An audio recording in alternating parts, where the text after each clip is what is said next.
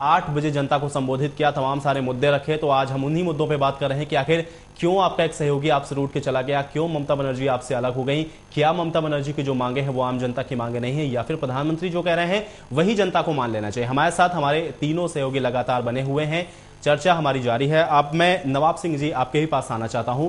जिस तरीके का विरोध प्रदर्शन पिछले दिनों किया गया, बंद का भी आह्वान किया गया, बड़ी कोशिश करी गई कि सरकार के ऊपर दबाव बनाया जाए, लेकिन एफडीआई पूरी तरीके से अब ये मान लिया जाए क्योंकि सरकार बहुमत में है, आ चुका है। अब आगे की रणनीति बीजेपी की क्या है, मैं आपसे जानना चाहूंगा। देखिए, बीजेपी इस मुद्दे को लेकर जनता के बीच में जाएगी, और क्योंकि असली मालिक जनता है तो जनता को सही इसके विषय में जानकारी दी जाएगी कि किस प्रकार से ये कांग्रेस के द्वारा देश को विदेशियों के हाथ में बेचने की साजिश है, और किस प्रकार से ये खुदरा व्यापार में भी विदेशियों को यहाँ हस्तक्षेप करने की अनुमति दे रहे हैं और देश के करोड़ों लोगों को बेरोजगार करने का रास्ता दिखा रहे हैं।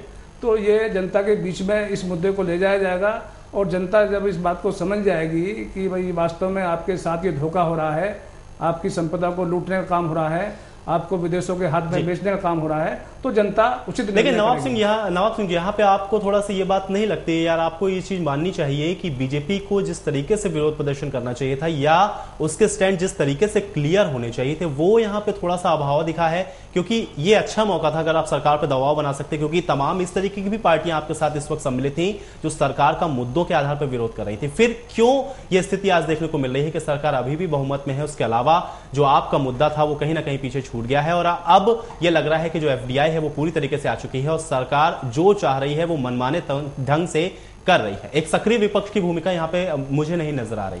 देखिए, बीजेपी पूरा जो उसकी जिम्मेदारी है उसका पूरी मजबूती से निर्वहन कर रही है, अपनी बात को पूरी तरह से उठा रही है। पार्लियामेंट को रोककर जनता के बीच में अपनी बात को उठाया, अब जनता के बीच में जनता के दर्द को सड़क पर उठाया जा रहा है। और ममता बनर्जी ने जिस प्रकार से अपना निर्णय लिया है वो बधाई की पात्र हैं, लेकिन कुछ पार्टियां मुलायम सिंह जैसी और बसपा जैसी जो दोगली नीति अपनाए हुए हैं, ये क्योंकि देश के हित की बात करते हैं, महंगाई के विरोध की बात करते हैं, लेकिन दूसरी तरफ कांग्रेस को हमेशा बचाने का काम करते हैं। इन दोगली नीति के कारण से ये सरकार बची हुई है, वरना ये चली गई होती। टीआर शर्मा जी आपके पास आ रहा हूं मैं। आप सुन रहे थे जैसे ये सारा जो चर्चा चल रही है, अपने अपने पक्ष यहाँ पर रख रहे हैं, कांग्रेस बीजेपी की तरफ से अपनी अपनी दलीलें दी जा रही हैं। शर्मा जी, आपसे मैं एक सवाल और यहाँ पर करना चाहूंगा। ये जो राजनीतिक हालात उत्पन्न हुए हैं इस वक्त जो कुछ चल रहा है, इसके लिए आप किसको उत्तरदायी मान रहे हैं? कांग्रेस तो साफ तौर पर इनकार कर रही है, वो कह रही है सब कुछ देश हित में। आपको नहीं लग रहा उसकी नीतियां ही जो आज उसकी स्थिति है वही उसके लिए जिम्मेवार है? देखिए साहब, मुझे बहुत ज्यादा ज्ञान तो है नहीं, लेकिन जितना भी अभी तक मैं समझा हूँ, मुझे ये अपने जो प्रधानमंत्री महोदय हैं ये अमेरिका से कोई ज्यादा ही प्रभावित लगते हैं। जाते जाते इन्होंने सोच लिया कि ये एहसान तो कर ही जाओ।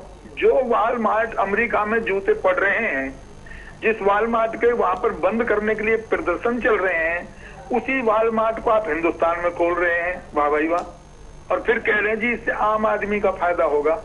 आम आदमी को तो आपने कहीं का नहीं छोड़ा, फायदा होगा। वो कर भी क्या सकता है बेचारा आदमी, आम आदमी। आज देखिए, प्रदर्शन करेगा तो पुलिस लाठी मारेगी। आपने हम देख लिया, जो आपके खिलाफ आवाज उठाएगा उसका ऐसा हाजिर कर देंगे, उसके कदम कदम पर मुकदमे लाद देंगे आप। शायद शर्मा जी को तथ्यात्मक ज्ञान की थोड़ी सी कहीं कमी है। आप इस विषय को एक कंपाउंडर की तरह देख रहे हैं, एक डॉक्टर की तरह नहीं देख रहे हैं। आपको एफडीआई का जो ये पूरे भारत सरकार द्वारा लाया गया है, इसका मुख्य विषय ये है कि 30% जो हमारे यहाँ लोकल किसान हैं, जिनका सारा पैसा ये बीच के लोग, आप देखते हैं आज़ादपुर मंडियों में भी रुमाल रख के वो उनकी सौदेबाजी होती है, क्यों नहीं उन चीज़ों को खोल के करते? एफडीआई आने के बाद जो भी ये हमारे वॉलमार्ट और जिनका आप नाम बता रहे हैं, ये 30% प्रोड्यूस इन्होंने साइन किया है। उसमें कॉन्ट्रैक्ट होगा कि लोकल किसान से उसको रिप्रोड्यूस कर उसको वो लिया जाएगा, और उसके बाद वहां पे उनको ये भी सुविधा है कि माल उनका खराब नहीं होगा।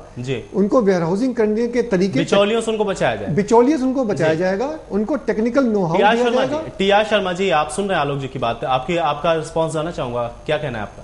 मैं ये कहना चाहता हूँ कि ये जो एफडीआई की वकालत कर रहे हैं और ये बता रहे 30% आएगा या 50% आएगा, एफडीआई के मायने इन्हें मालूम है अच्छी तरह से? जी, आप समझाइए कि